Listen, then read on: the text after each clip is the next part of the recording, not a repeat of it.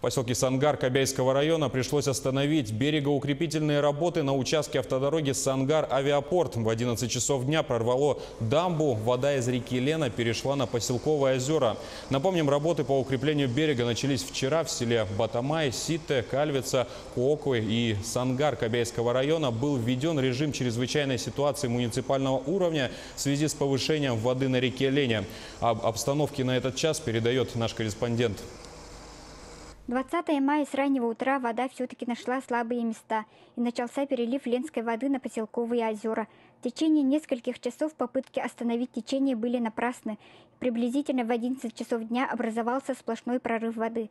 Укрепительные работы на этом участке из-за водной стихии остановили. Рабочие вынужденно перекинулись на другие участки автодороги. Комиссия по чрезвычайным ситуациям оповестила население поселка об эвакуации на близ находящиеся эвакопункты. В 12 часов дня в районе Сангара вода поднялась на 22 сантиметра, и уровень воды составил 1295 сантиметров. В селах, как Батамай, Сите, Аргат, ситуация остается на прежнем уровне.